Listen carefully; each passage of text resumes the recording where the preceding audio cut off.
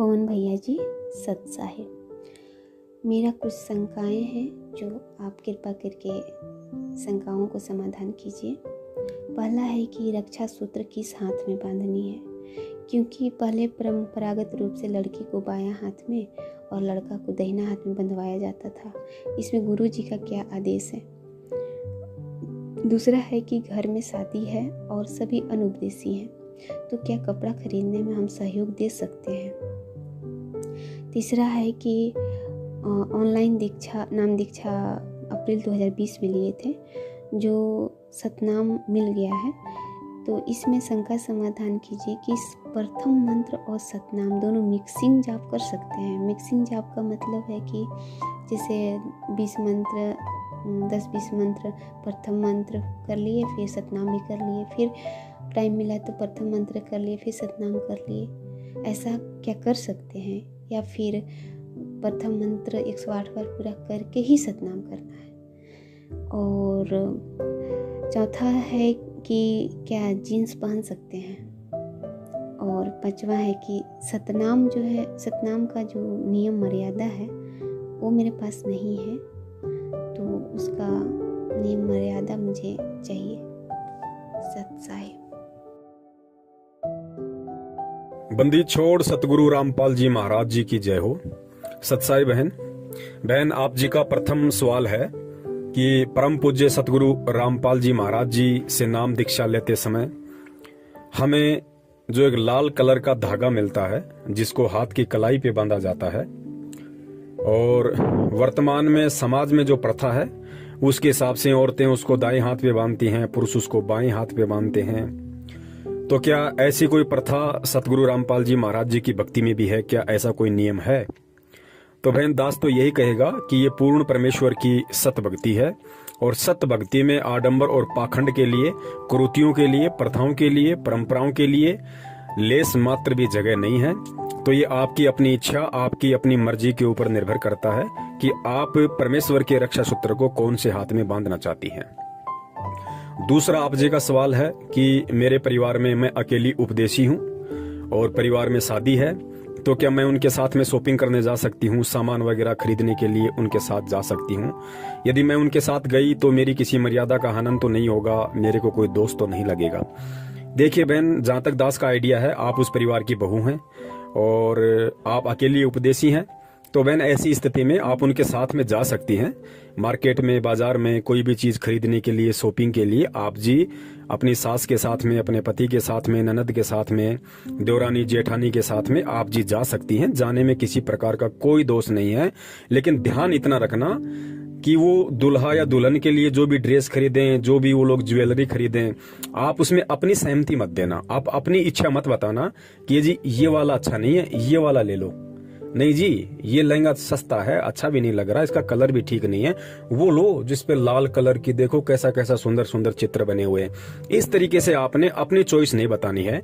जैसा उनको अच्छा लगे वो अपना खरीदे, और आपसे यदि वो पूछें कि बेटा ये कैसा है, तो आप उनको यही कहते हुए उनको बोल दो कि माता जी आपको पसंद आ गया, आपने देख लिया, और क्या अच्छा होगा, ठीक है, बहुत अच्छा है माता जी, कोई दिक्कत नहीं।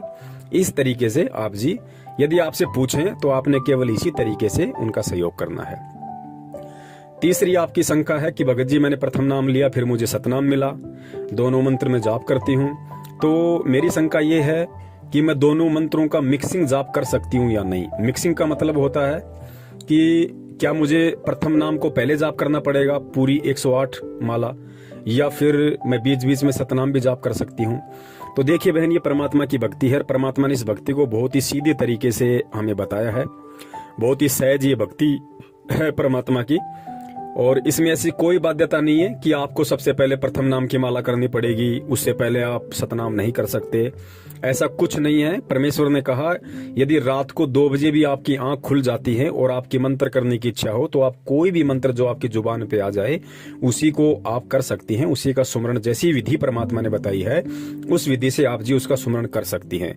मान लीजिए आप सुबह उठते ही आपने सतनाम के 4 मंत्र कर दिए, उसके बाद आपको कोई काम याद आ गया, आप अपनी रसोई में चली गई, वहां मान लीजिए आपको प्रथम मंत्र की आपको याद आ गई, आप जितने मर्जी 2, 4, 5, 10 जितने मंत्र कर सकती हो आप प्रथम मंत्र के कर लीजिए। फिर मान लीजिए आपका ध्यान हट गया, फिर आपको 2 मिनट बाद में सतनाम याद आ गया, आप सतनाम के सुमरन कर लीजिए, 2, 4, 5, 10 जितना भी आप करना चाहो।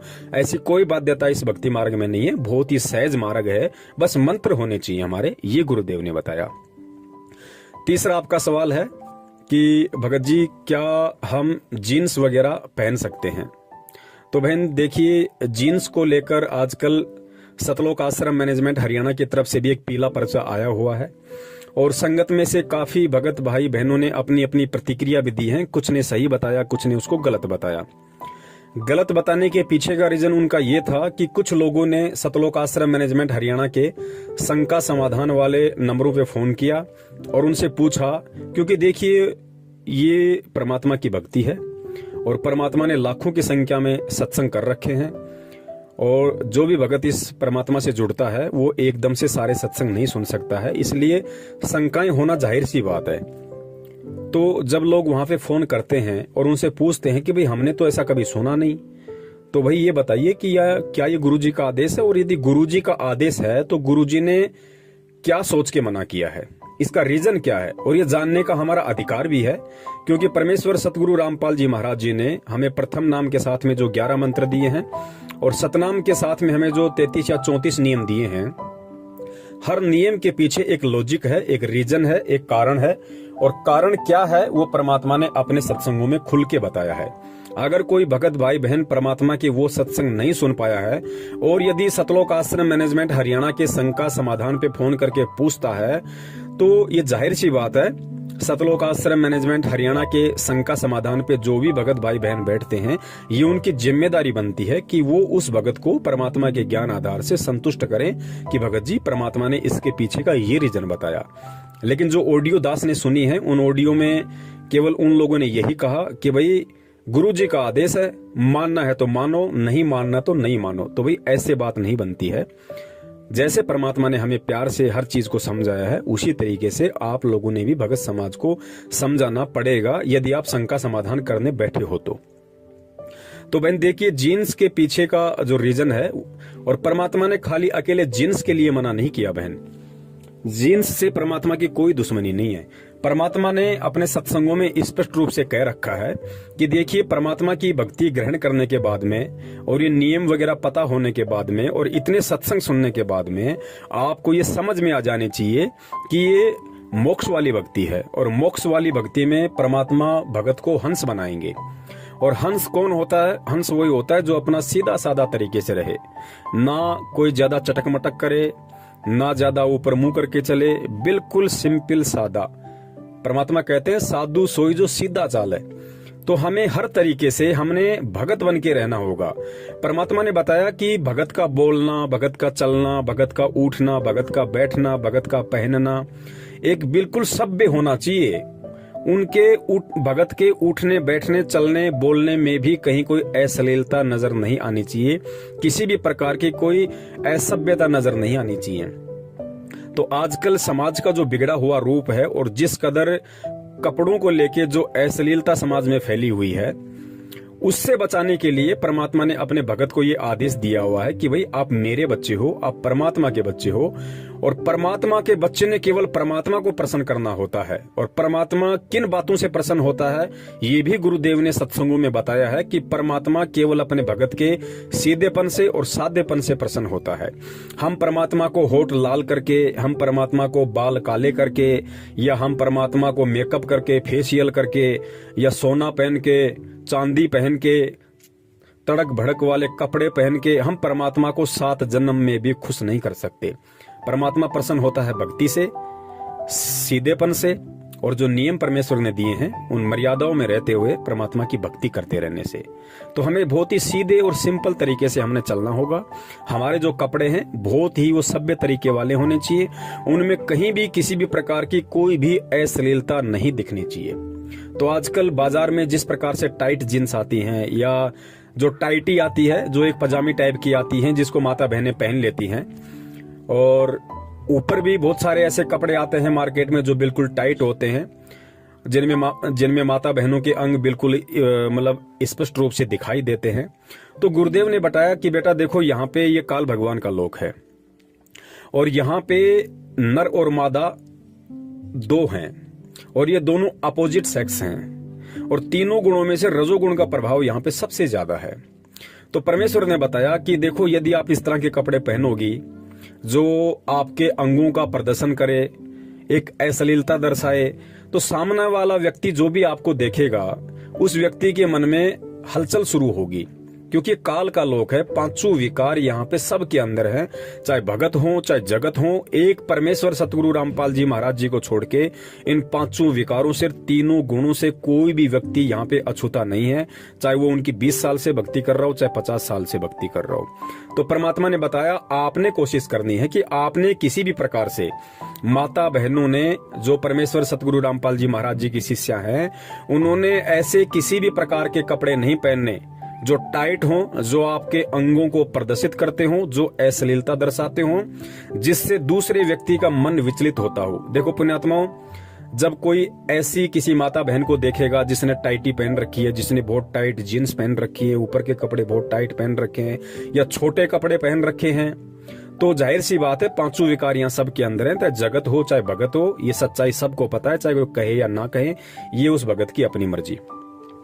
तो सामने वाला उन चीजों को देखेगा, ऐसे कपड़ों में जब हमारी माता बहनों को कोई देखेगा जो परमेश्वर की भगत हैं, तो बहन सामने वाले व्यक्ति के मन में उन तीनों गुणों का प्रभाव, पांचों विकारों का प्रभाव तुरंत हो जाता है। तो सोचिए, जब वो भगत परमात्मा की बेटी को देख के, पुण्यात्मा ध्यान देना, जो हमारी माता बहनें हैं, यदि हमारी माता बहनें जो सतगुरु रामपाल जी महाराज जी की शरण में आ गई और उसके बाद यदि वो इस तरह के कपड़े पहन के मार्केट में, बाजार में जाती हैं या अपने घर पे पहनती हैं, तो जाहिर सी बात है जब वो बाजार में जाएंगी या कहीं भी जाएंगी और कोई भी व्यक्ति जब उनको उन कपड़ों में देखेगा, तो पुण्यात्मा यहाँ पे सभी तो दूध के धुले हुए हैं नहीं। 99% लोग यहाँ पे पांचों विकारों से ग्रसित हैं। अगर किसी पे थोड़ा बहुत प्रभाव कम है तो वो 1% है, और 1% में कौन आता है? जो बेचारे 60-70 साल की उम्र को ज्यादा पार कर गए हों। बाकी यहाँ सबके अंदर विकार है। तो हमारी माता बहन को जब सामने वाला व्यक्ति उन छोटे छोटे कपड़ों में या उन टाइट कपड़ों में या अश्लीलता दर्शाते हुए उन वस्त्रों में देखेगा, तो जाहिर सी बात है तीनों गुण का प्रभाव उसके अंदर होता है। तो रजोगुण का जैसे उसमें प्रभाव हुआ, वो आपके प्रति गलत सोचेगा, उसकी नजर आपके ऊपर जाते ही गलत विचार पैदा करेगी। तो बहन, उसके अंदर जो गलत विचार पैदा हुए और गलत विचार पैदा होने से उसके कर्म बिगड़ना शुरू हुए, तो उसके कर्म किसके कारण बिगड़ना शुरू हुए? उसके कर्म उस औरत या उस बहन बेटी के कारण बिगड़ना शुरू हुए जिसने छोटे कपड़े पहन रखे हैं। परमात्मा का ज्ञान लेने के बाद भी, परमात्मा की समझ होने के बाद भी, जिसने छोटे कपड़े पहन रखे हैं, जिसने टाइट कपड़े पहन रखे हैं, या जिसने ऐसे तड़क भड़क वाले, अश्लीलता दर्शाने वाले कपड़े पहन रखे हैं जो सामने वाले को थोड़ा बहुत विचलित करता है, तो बहन वहां पे हम भी दोषी हो जाएंगे। क्योंकि उसके यदि कर्म बिगड़ने शुरू हो रहे हैं, या वो यदि विचलित हो रहा है, या उसके अंदर यदि काम वासना का कीड़ा दौड़ रहा है, तो बहन वो हमारे को देख के दौड़ रहा है, तो हम भी उसमें उतने ही भागीदार हो जाएंगे। तो बहन, हमने हर प्रकार से यदि हम भगत बने हैं, तो हमने भगतों वाले लक्षण अपने ऊपर धारण करने पड़ेंगे। भगत के श्रृंगार परमात्मा ने 16 प्रकार के श्रृंगार बताए हैं। हमने उन 16 प्रकार के श्रृंगारों को हमने अपने ऊपर धारण करना पड़ेगा, धीरे धीरे परमात्मा के सत्संग सुनते रहने से, ज्ञान आधार से। तो बहन, इसलिए परमात्मा हमें छोटे वस्त्र पहनने से मना करते हैं। और परमात्मा ने केवल जीन्स के लिए ही मना नहीं किया है, परमात्मा ने तो आश्रम में यहाँ तक भी मना कर रखा था। जैसे बहुत सारी माता बहनें हैं अपना जो इस सलवार सूट वगैरह पहनती हैं, तो ऊपर का जो पहनती हैं, क्या नाम उसका, सूट, जो ऊपर का जो सूट होता है, बहुत सारी माता बहनों का जो सूट है वो इतना छोटा होता है कि कोहनी से ऊपर तक होता है। जैसे भाई लोग, जैसे बहुत सारे लोग आप देखते होंगे जो ये टी शर्ट वगैरह पहनते हैं, तो टी शर्ट का बाजू कितनी होती है, मतलब कोहनी से ऊपर तक होती है। तो जिन माता बहनों का ऊपर का जो सूट होता है वो कोहनी से ऊपर होता था, परमात्मा उसको भी धमका दिया करते थे कि बेटा अच्छे कपड़े पहनो, पूरे कपड़े पहनो, कोहनी के नीचे तक होना चाहिए आपका बाजू, वो किसी भी प्रकार का मतलब अश्लीलता ना दर्शाए। अपने सत्संगों में भी कई बार परमात्मा ने जिक्र किया है कि माता बहनों की जो बाजू होती है वो कोहनी से नीचे होनी चाहिए और बिल्कुल ढीली ढाली होनी चाहिए, टाइट नहीं होनी चाहिए। हमारी जो माता बहनें हैं, दास उनसे यही अपील करेगा, दास उनसे यही विनती करेगा कि आगे से हम ध्यान रखें। तो विशेषकर यदि हम घर से बाहर निकलते हैं तो हम बिल्कुल सीधे साधे ढीले ढाले और एक सभ्य औरत को दर्शाने वाले कपड़े हम पहने। तो बहन इसलिए परमात्मा मना करते हैं। और यहाँ सतलोक आश्रम मैनेजमेंट हरियाणा ने इस आदेश को, जो आदेश परमात्मा सन 1994 से देते हुए आ रहे हैं, उस आदेश को इन्होंने पीले पर्चे में डाल के संगत को ये दर्शाया कि गुरुजी ने जेल से ये आदेश दिया है। क्योंकि जब तक ये लोग दिन में 1-2 पीले पर्चे नहीं डाल दें तब तक रात को ना तो ढंग से इनको खाना खाया जाता है, ना इनको ढंग से नींद आती है, क्योंकि ये इनकी मजबूरी हो गई। इन लोगों को आदत पड़ गई कि हमने 1 या 2 पीले पर्चे जबरदस्ती अड़ंग बड़ंग करके हमने संगत में डालने ही डालने। तो इन्होंने ऐसा आदेश पारित करके भेजा है, गुरुजी का आदेश आया है, माता बहनों ने टाइट जींस नहीं पहननी है। अरे भैया, परमात्मा का क्या आदेश आया है? परमात्मा तो सन 1994 से आदेश दे रहे हैं, अपने हर सत्संग में आदेश दे रहे हैं। क्या परमात्मा जेल से जाके अब ये आदेश देंगे? तो फिर तो परमात्मा सारे आदेश देंगे फिर जेल से। परमात्मा ने जींस वाला आदेश क्यों दिया? परमात्मा तो उसमें ये लिखते, अगर परमात्मा का आदेश होता जेल से तो परमात्मा तो ये लिख के भेजते कि बेटो, मैंने जो प्रथम नाम के समय जो 11 नियम दिए हैं, सतनाम के समय मैंने जो 34 नियम दिए हैं, और मेरे सत्संगों में मैंने जितने भी नियम दिए हैं, तुम्हें उन सब का पालन करना होगा, तभी तुम परमात्मा की भक्ति पे टिक पाओगे और भक्ति के लायक तुम बन पाओगे। परमात्मा एक स्पेशल आदेश क्यों देंगे भाई कि टाइट जींस नहीं पहननी है, खुली खुली जींस पहन सकते हो? परमात्मा ने तो हमेशा कहा कि खुला खुला कपड़ा, चाहे जींस हो, चाहे स्वेटर हो, चाहे पैंट हो, चाहे ट्राउजर हो, चाहे सलवार सूट हो, कोई भी कपड़ा हो, हमने खुला खुला ही पहनना है। हमने ढीले ढाले कपड़े पहनने हैं, हमने अश्लीलता दर्शाने वाले कपड़े नहीं पहनने। तो ये कोई जेल से स्पेशल आदेश नहीं आया है, ये तो इन लोगों की अपनी घटिया सोच है जो संगत को मूर्ख बनाने के लिए, और हमेशा इस तरह के आदेश ये लोग पारित करते रहते हैं। ये जो आदेश है ये परमात्मा का सत्संग रूपी आदेश है। तो पुण्यात्माओं, ध्यान रखना, हमने आदेशों का गुलाम नहीं बनना। इस भक्ति मार्ग में जो भी व्यक्ति आदेशों का गुलाम बन के रहेगा वो व्यक्ति कभी भी इस भक्ति मार्ग पे सफल नहीं हो पाएगा। हमने परमात्मा के सत्संग रूपी आदेशों का गुलाम बनना है, क्योंकि सत्संग यहाँ पे सदा रहेंगे। गुरु यहाँ सदा नहीं रहेगा, लेकिन गुरु के सत्संग, गुरु के वचन यहाँ सदा रहेंगे। तो हमने सत्संग रूपी आदेशों का गुलाम बनना है। और जो व्यक्ति इस ज्ञान को आधार बना के परमात्मा के सत्संग रूपी आदेशों का गुलाम बन गया, पुण्यात्माओं, परमात्मा उसको किसी अन्य की गुलामी नहीं करने देंगे।